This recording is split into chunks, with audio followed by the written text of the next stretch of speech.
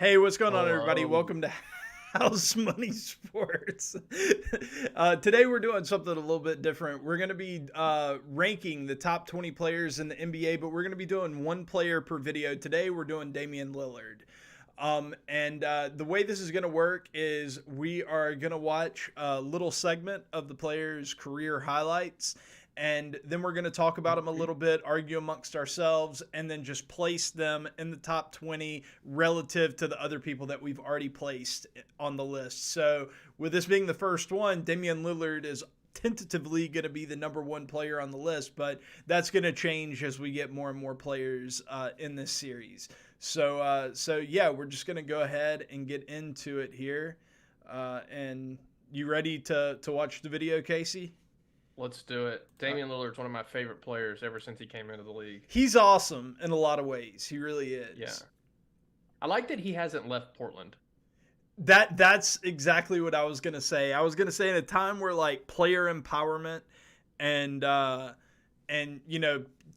players changing teams like every year. I mean, Kyrie Irving requested a trade this week. I mean, it's crazy That's how his like often. 15th time. Yeah, with Damian, the fact that he's been in Portland despite the lack of success, despite the lack of support, I don't know. There's something really charming about it, I guess. Yeah, there it is. Well, and it's a smaller market than Yeah, some of the other teams too. So it's not like he's owned by the team. It's not like he's like, oh, I've always wanted to be in Like Portland's cool, but it's not New York, it's it's not LA. really not. It Yeah, used to be it's kind of. I don't know. If I were him, I would have left in the past couple of years. But the fact he's Yeah, still I was a there. big time fan of like whenever it was him and McCollum there. So he is just freakishly good at times. But I'll say I think one of the reasons he's not the best because like when you just watch his like best highlights, you look at it and you go like, how did teams stop this guy? But I think it's because he's not always 100% on.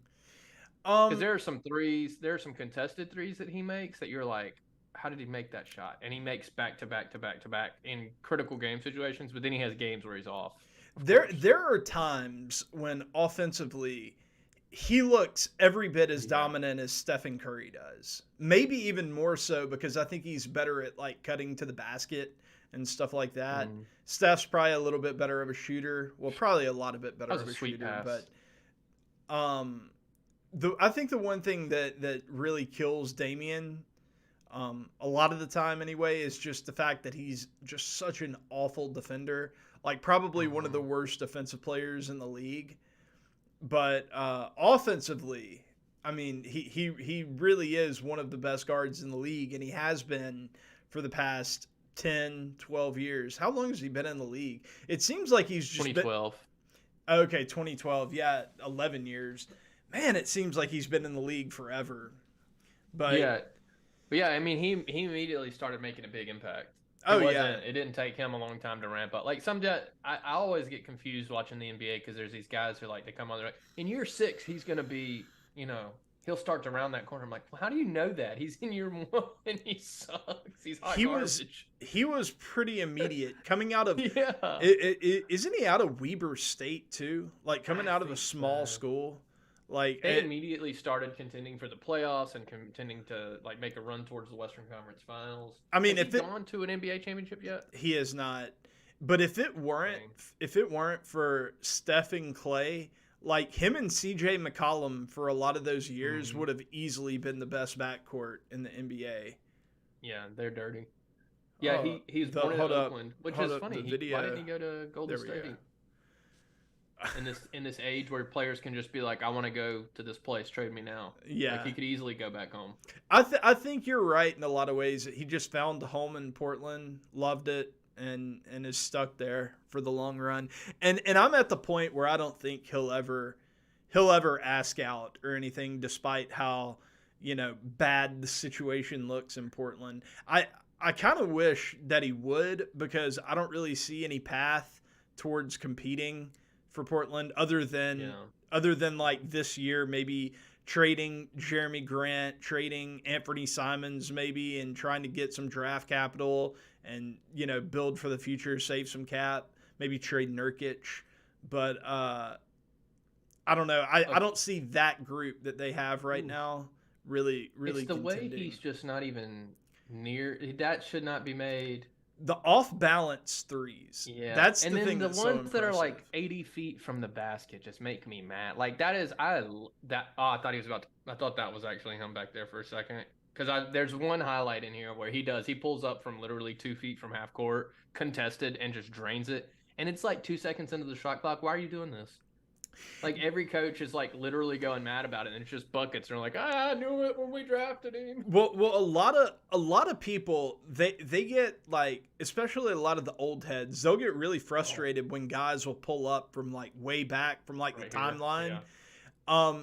The, Like that right there. What the heck is that? the thing that like analytics people realized a few years ago though, when Steph started doing it, is even if you don't make those like all the time, the threat of you making it does so much for floor spacing, and it creates so much offense that otherwise wouldn't be there. The fact that you have to respect that shot, it ends up it turns out it's actually a really good shot, and it really helps your offense. But I don't know. Imagine it spreads it out. You probably have a higher offensive rebound percentage there too, because the defense isn't quite set where they're planning to be, and they're not ready for you to pull up and shoot. So Yeah, your guys are probably more aware of how you're going to play.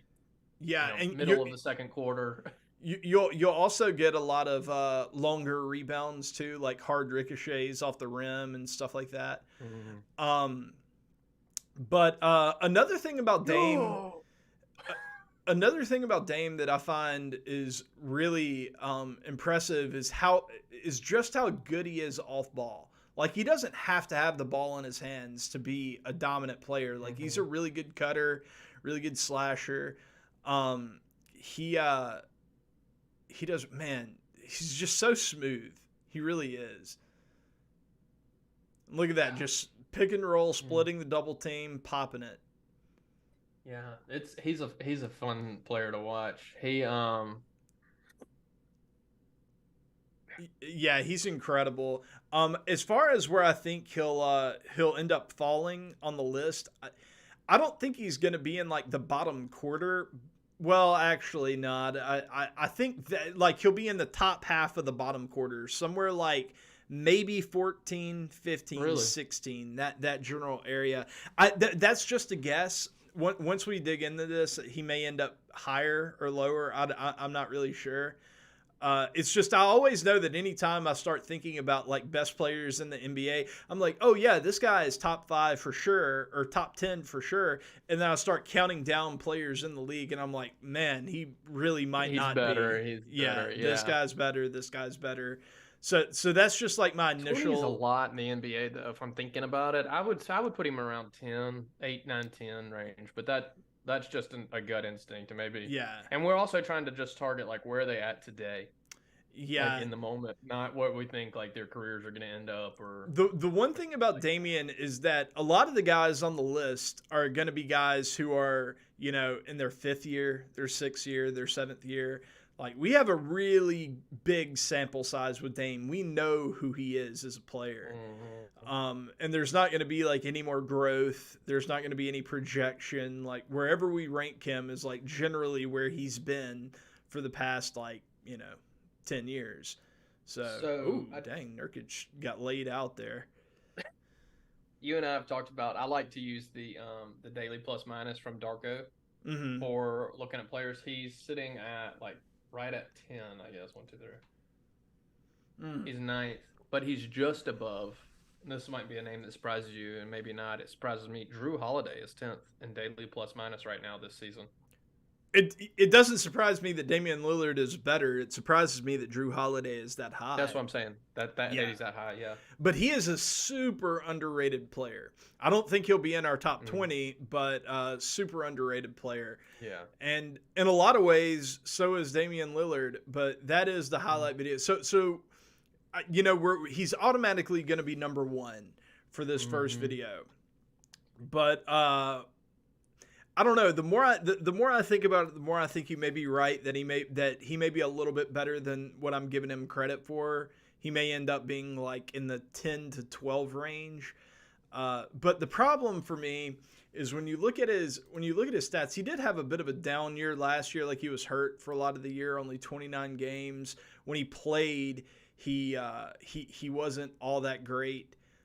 If you go up here to his per game, I mean, he was at 24 points a game. He had kind of been declining for a while, but then this year he comes up and it's like he's been completely resurrected, especially in like the last 10 games. He has been cooking the last 10 games. He has like a 60-point game, a couple of 50-point games. Like it's kind of wild how good he's been over the past 10 games. I don't know if that's, indicative of things to come, or if he's just kind of riding a hot hand. But I mean, we are talking about a guy that's averaging over 30 points a game right now.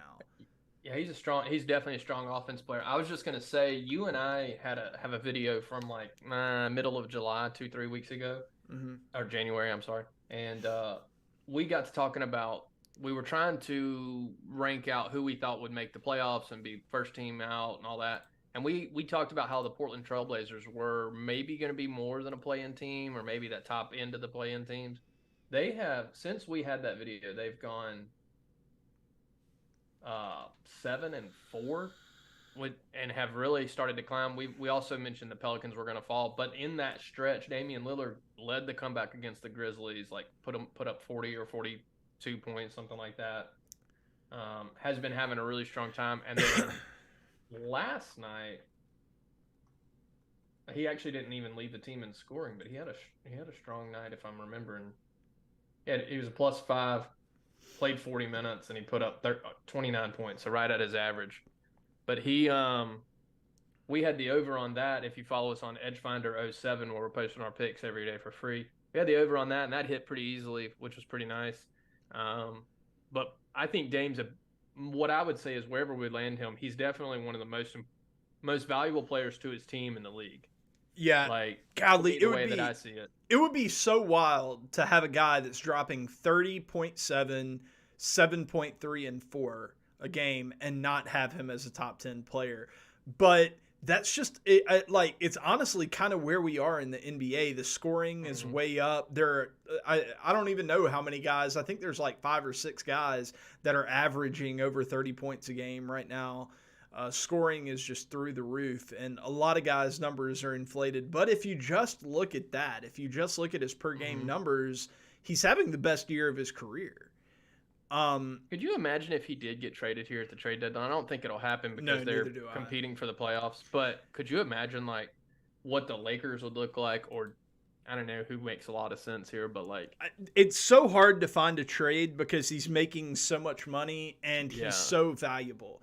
Like to get Damian Lillard, you would have to give up like You're for sure selling the season for the Trailblazers if you get rid of him. Like your season's done. Unless you got another, unless it was Shea for Damian because Oklahoma City for some reason thought that was wise. It's not, but I'm just saying, then you could be like, oh, okay, we'll build around Shea. Yeah, it would have to be like 4 first-round picks, a couple pick swaps, and like a really good young player or two. I mean, it would be a wild trade package. You would have to get Utah would make sense.